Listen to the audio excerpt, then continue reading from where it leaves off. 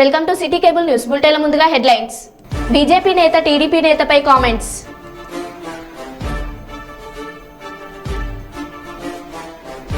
రాజన్న సిరిసిల్ల జిల్లాలో సీతారాముల శోభయాత్ర.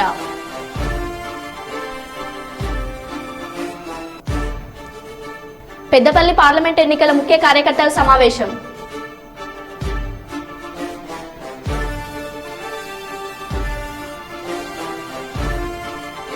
ప్రజాగలంలో టీడీపీ నాయకులు కార్యకర్తలు పెద్ద ఎత్తున పాల్గొని విజయవంతం చేయాలి. బస్తిపాటి నాగరాజు.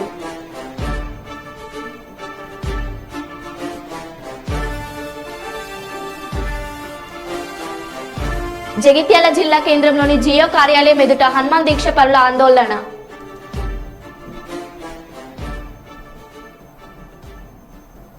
ఇక వివరాల్లోకి వెళ్తే, జగిత్యాల జిల్లా కేంద్రంలోని జియో కార్యాలయం ఎదుట హనుమాన్ దీక్ష పరుల ఆందోళన. జియో కార్యాలయంలో పనిచేస్తున్న జగిత్యాలకి చెందిన ప్రవీణ్ అనే వ్యక్తి హనుమాన్ స్వామి మాల వేసుకున్నాడు. జియో ఆఫీస్లో మేనేజర్ హనుమాన్ దీక్ష పరుని బూతులు తిడుతూ తన బైక్ లాక్కొని షూ యూనిఫామ్ వేసుకోవాలని ఉద్యోగం నుంచి తొలగించగా విషయం తెలిసిన హనుమాన్ దీక్ష పరులు పెద్ద ఎత్తున కార్యాలయంకు చేరుకొని జియో సెంటర్ ఎదుట జగిత్యాల కరీంనగర్ జాతీయ రహదారిపై ఆందోళన చేపట్టారు. దీంతో సుమారు గంటకు పైగా రోడ్డుపై భారీగా నిలిచిపోయిన ట్రాఫిక్ నిలిచిపోయింది. వెంటనే మేనేజర్ను క్షమాపణ చెప్పాలని, జియో సంస్థ మేనేజర్ను ఉద్యోగం నుండి తీసివేయాలని హనుమాన్ దీక్ష పరులు డిమాండ్ చేశారు.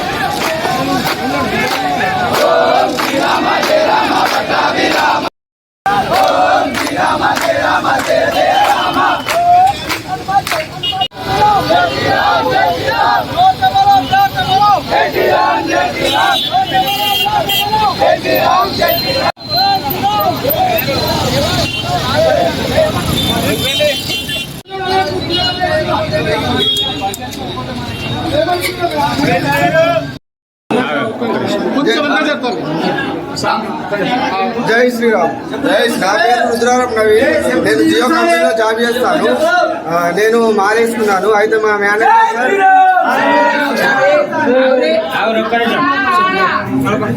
మా సురేష్ సార్ క్రిస్టియన్స్, మేము హిందువులం. మేము మాలేసుకోవడం జరిగింది.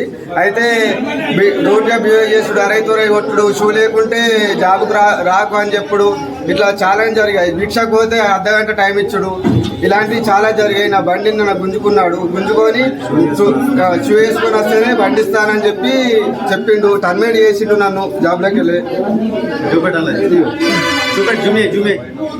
జూమే అట్లా ఏర్పడేది సార్.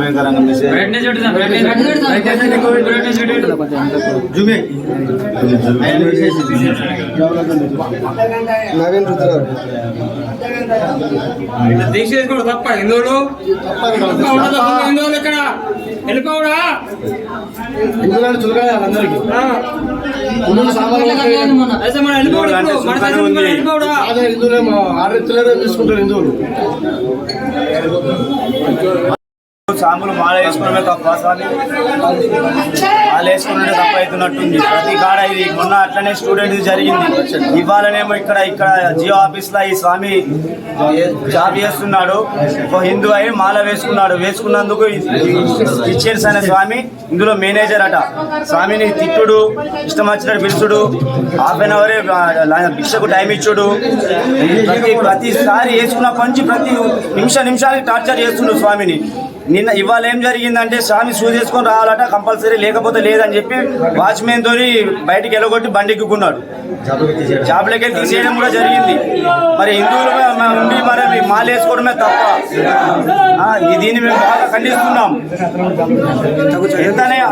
వెంటనే అతనిని కూడా జాబ్లకి తీసేయాలి, లేదా జగిత్యాలలో జియో అనే ఆఫీసే ఉండకూడదు. వైఎస్ఆర్సీపీ పాలనలో అభివృద్ధి కుంటుపడింది.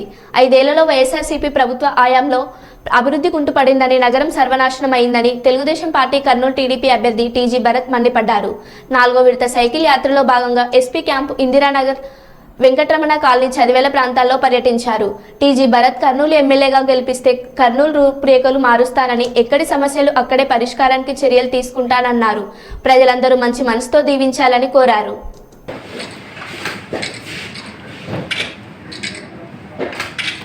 సెల్ బయట సైడ్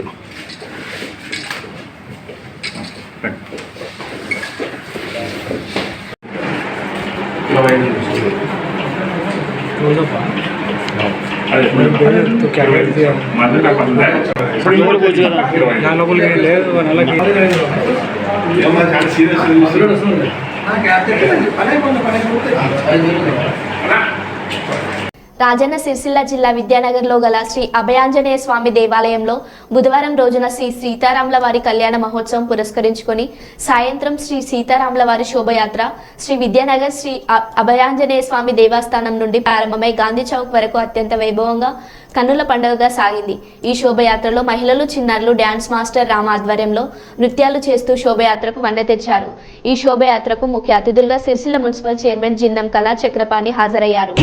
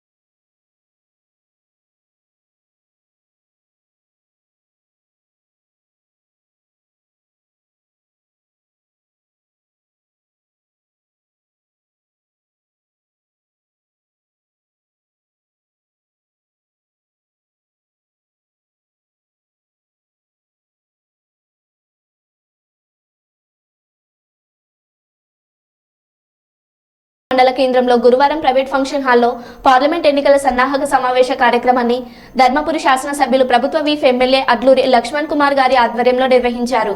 ఈ కార్యక్రమానికి ముఖ్య అతిథులుగా రాష్ట్ర మంత్రివర్యులు శ్రీధర్ బాబు గారు, ఎమ్మెల్యే విజయ రమణారావు గారు, నిజామాబాద్ పార్లమెంట్ ఎంపీ అభ్యర్థి తాటిపర్తి జీవన్ రెడ్డి గారు, ఎమ్మెల్యే మక్కన్ సింగ్ రాజ్ ఠాకూర్ గారు, ఎమ్మెల్యే వివేక్ వెంకటస్వామి గారు, ఎమ్మెల్యే ప్రేమ్ సాగర్ రావు గారు, ఎమ్మెల్యే వినోద్ గారు, పార్లమెంట్ ఎంపీ అభ్యర్థి వంశీకృష్ణ గారు విచ్చేశారు.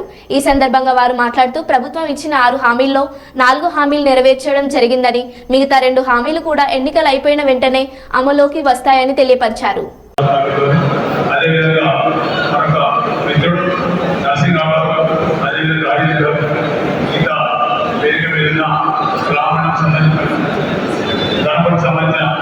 ప్రజాప్రతినిధులు, పార్టీ అధ్యక్షులు, బ్లాక్ అధ్యక్షులు, వారితో పాటు ఈ కార్యక్రమాన్ని చేసిన కాంగ్రెస్ పార్టీ కార్యకర్తలు, నాయకులందరికీ పేరు పేరున నమస్కరిస్తున్నారు. ఈరోజు ఇది 6వ కాన్ఫరెన్స్ అయిపోయింది.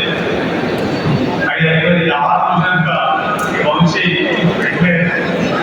యువకుడు పెద్ద పార్లమెంట్ సభ్యుడు వంశీ పార్లమెంట్ సభ్యుడు చెప్పగలరు. ఎందుకంటే గెలిచిపోయినారు, గెలిచిన అదే పార్లమెంట్ గెలిచిన పార్లమెంట్ గెలిచి మనం ప్రాంతం పెట్టి చూసుకోవాలి. ప్రత్యేకంగా గోదావరి గోదావరి మామూలు పెట్టి తర్వాత రోజు నుంచి మాగా పెట్టింది. అందరూ మాగా పెట్టిన ఇంత పెద్ద అవకాశం అందరికీ నిజామాబాద్ పార్లమెంట్ సభ్యులు, ప్రస్తుత ఎమ్మెల్సీ, మాజీ మంత్రివర్యులు, పెద్దలు, గౌరవనీయులు జీవన్ రెడ్డి గారు, మండ్యాల ఎమ్మెల్యే ప్రేమ్ సాగర్ గారు, రామన్న శాసనసభ్యులు రాష్ట్ర ముఖ్యమంత్రి గారు, చెన్నూరు ఎమ్మెల్యే వివేక్ గారు, సోదరు మంత్రిరావు గారు, వేదిక అలంకరించినటువంటి గౌరవ పెద్దలు, మా యువకులు, రాష్ట్ర డిప్యూటీ మాజీ ఎమ్మెల్యే చంద్రశేఖర్, మాజీ డిప్యూటీ చంద్రశేఖర్ గారు, నేతగానే రాష్ట్ర అధ్యక్షులు సోదరులు నరసయ్య గారికి, పార్లమెంట్ అభ్యర్థి సోదరుడు వంశీ గారికి, వేదిక మీద ఉన్నటువంటి గౌరవ కాంగ్రెస్ పార్టీ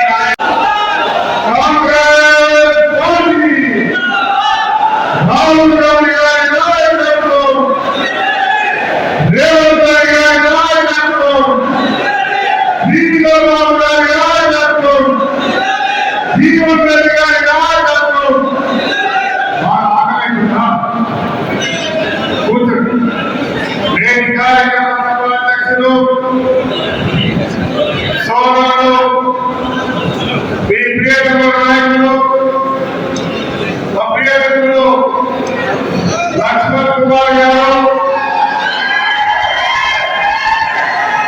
ఈ కార్యక్రమం ముఖ్య అతిథి పెద్దలు, గౌరవనీయులు, ఐటీ ఇండస్ట్రీస్ రాష్ట్ర మంత్రులు, అండగారు శ్రీధర్బాబు గారికి, పెద్దలు, గౌరవనీయులు,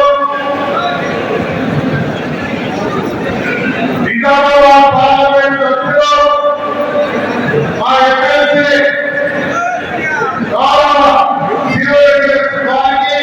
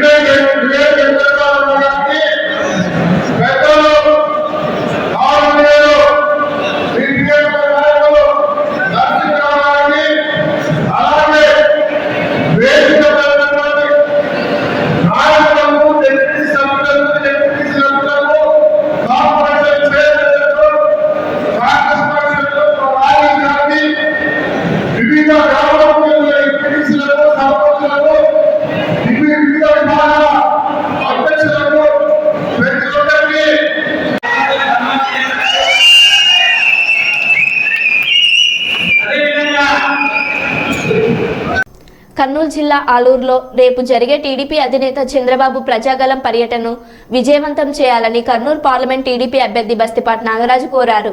చంద్రబాబు పర్యటన సందర్భంగా టీడీపీ జిల్లా అధ్యక్షుడు తిక్కారెడ్డి, ఆలూరు అసెంబ్లీ అభ్యర్థి వీరభద్ర గౌడ్లతో కలిసి నాగరాజు హెలిప్యాడ్ను పరిశీలించారు. ఈ సందర్భంగా నాగరాజు మాట్లాడుతూ ప్రజాగలం యాత్రలో ప్రధానంగా జిల్లా సమస్యలను చంద్రబాబు దృష్టికి తీసుకొచ్చి వాటి పరిష్కారానికి హామీ తీసుకుంటామని తెలిపారు. ఇక టీడీపీ ప్రభుత్వంతోనే అభివృద్ధి సాధ్యమవుతుందన్న నాగరాజు బాబు యాత్రలో టీడీపీ నాయకులు, కార్యకర్తలు పెద్ద సంఖ్యలో పాల్గొనాలని తెలిపారు.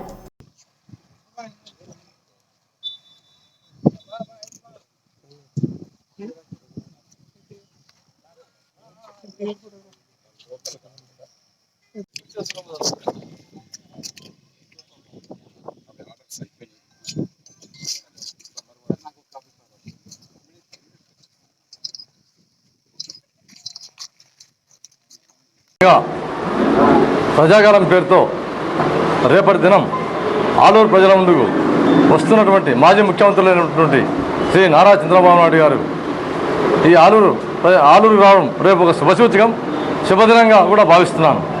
ఎందుకంటే ప్రచార పర్వంలో భాగంగా రేపు మన ఆలూరు పట్టణానికి వచ్చిన తర్వాత చంద్రబాబు గారు ఆ బహిరంగ సభలు అయితేనేమి, ఎక్కడైతేనేమి ఈ ఆలూరు సమస్యల మీద మనకంతా ఒక భరోసా కూడా రేపు దొరుకుతుందని చెప్పేసి నేను ఆశిస్తున్నాను. ఎందుకంటే గతంలో తెలుగుదేశం పార్టీ ఉన్నప్పుడు ఈ వేదవతి ప్రాజెక్టును శాంక్షన్ చేసినటువంటి ఘనత తెలుగుదేశం పార్టీదే కావున అది ఈ పరిపాలనలో భాగంగా తెలుగుదేశం పార్టీ తదనంతరం ఈ జగన్మోహన్ రెడ్డి గారు వచ్చిన తర్వాత ఆ ప్రాజెక్టును నేరుగా చేశారు. ఇక్కడికక్కడ ఒక ఇంచు కూడా ఆ పని జరగకుండా ఆపేశారు. కాబట్టి రాబోయే ఎలక్షన్లో మనకు తెలుగుదేశం పార్టీ అఖండ మెజార్టీతో గెలిచిన తర్వాత ఈ ఆలూరు పట్టణానికి ఒక భరోసా కావాలి. కాబట్టి రేపు జరగబోయే బహిరంగ సభలో మన చంద్రబాబు గారు ఒక భయంకరమైన భరోసా ఇవ్వబోతున్నారు. మనకు ఈ వేదవతి ప్రాజెక్టు ఇచ్చింది మన తెలుగుదేశం పార్టీ కాబట్టి కంప్లీట్ చేస్తాను కూడా రేపు హామీ మనం ఎంతైనా తీసుకోవాల్సిన బాధ్యత ఉంది. కాబట్టి ఆ హామీ రేపు వస్తుందని చెప్పేసి మరొకసారి నేను ఆశిస్తున్నాను. అంతేగాక ఈ ప్రాంతం వలసలకు, కరువుకు నిలయం వాస్తవంగా. అందులో భాగంగా త్రాగడానికి కూడా నీళ్ళు లేకుంటే ఆ నగరడోన రిజర్వాయర్ను శాంక్షన్ చేసిన ఘనత కూడా తెలుగుదేశం పార్టీదే. దాన్ని కూడా పనులు ఎక్కడికెక్కడ ఆగిపోయాయి. ఇవన్నీ సక్రమంగా జరిగి ఈ సాగునీరు మనకి ప్రతి ఎకరాకు రావాలంటే తెలుగుదేశం పార్టీ రావాల్సిన ఆవశ్యకత ఎంతైనా ఉన్నది. కావున రేపు చంద్రబాబు గారి సభను మనమంతా కలిసి విజయవంతం చేయాలని చెప్పేసి ఆశిస్తున్నాను. అంతేగాక యువగలం పాదయాత్రలో భాగంగా నారా లోకేష్ గారు ఈ ఆలూరు పట్టణాన్ని పదే ప్రస్తావిస్తున్నారు ఎక్కడికి పోయినా కూడా. అంటే ఈ ఆలూరు మీద తెలుగుదేశం పార్టీకి ఎంత నిబద్ధతతో ఒకసారి గమనించగలరని చెప్పేసి నేను ఆశిస్తున్నాను. ఎందుకంటే ఇక్కడ కరువే కాదు, త్రాగునీటికి కూడా నోచుకోలేకున్నారని చెప్పేసి నారా లోకేష్ గారు రాజమండ్రి అయితేనేమి, వైజాగ్ అయితేనేమి పలు వేదికల మీద చాలాసార్లు చెప్పారు. కాబట్టి రేపు దీనికోసం మిషన్ రాయలసీమ అనే పథకం పెట్టాలని చెప్పేసి కూడా నారా లోకేష్ గారు భావించారు. కాబట్టి నారా లోకేష్ యొక్క అభిమతాలు అయితేనేమి, చంద్రబాబు గారి యొక్క ఆశయాలు అయితేనేమి, అవన్నీ మన ఆలూరు పట్టణానికి తెలుగుదేశం పార్టీ వచ్చిందంటే మాత్రం వారిద్దరి సమక్షంలో సంక్షేమం అయితేనేమి, అభివృద్ధిలో అయితేనేమి ఆలూరు పరుగులు ఎత్తాలంటే ఖచ్చితంగా తెలుగుదేశం పార్టీని అఖండ మెజార్టీతో గెలిపించాలన్న ఆవశ్యకత ఎంతైనా ఉందని చెప్పేసి తెలియజేస్తున్నారు. అందులో భాగంగా రేపటి దినం జరగబోయేటువంటి బహిరంగ సభకు, కార్నర్ మీటింగ్లకు తండోపతండాలుగా భారీగా జనాలు వచ్చేసి సార్కు స్వాగతం పలికి మనమంతా ఆ సభను విజయవంతం చేయాలని చెప్పేసి కోరుకుంటున్నాను. అలాగే ఈ ఆలూరు పట్టణానికి, ఆలూరు నియోజకవర్గానికి శాసనసభ అభ్యర్థిగా ఉన్నటువంటి వీరభద్రగౌడ్ అన్నగారిని మరియు లోక్సభ అభ్యర్థిగా ఉన్నటువంటి పంచలింగాల నారాయణ నన్ను అఖండ మెజార్టీతో గెలిపించాలని చెప్పేసి కోరుకుంటూ సెలవు తీసుకుంటున్నాను. కర్నూలు జిల్లా ఎమ్మిగనూరు నియోజకవర్గం ఎన్డీఏ కూటమి అభ్యర్థిగా డాక్టర్ శ్రీ బివి జయనాగేశ్వర్ రెడ్డి గారు నామినేషన్ వేయడానికి శ్రీ నీలకంఠేశ్వర స్వామి దేవాలయంలో, శ్రీ వెంకటేశ్వర స్వామి దేవాలయంలో ప్రత్యేక పూజలు నిర్వహించే కార్యకర్తలతో, అభిమానులతో ర్యాలీగా సోమప్ప సర్కిల్ చేరుకొని తహసీల్దార్ కార్యాలయంలో ఎన్నికల అధికారికి నామినేషన్ పత్రాలను అందజేశారు. ఈ కార్యక్రమంలో వారితో పాటు మాజీ MP doctor Sanjeev Kumar, Telugu Desam party నాయకులు మాచాన్ డాక్టర్ సోమనాథ్ గారు, బీజేపీ జనసేన నాయకులు పాల్గొన్నారు. టీవీ జయనాగేశ్వర్ రెడ్డి గారు మాట్లాడుతూ ఇప్పుడు జరిగే ఎన్నికలు న్యాయానికి, అన్యాయానికి, నీతి అవినీతికి జరిగే ఎన్నికలని, ఈ కురుక్షేత్ర యుద్ధంలో తెలుగుదేశం పార్టీకి గెలుపు లక్ష్యంగా పోరాడాలని పిలుపునిచ్చారు.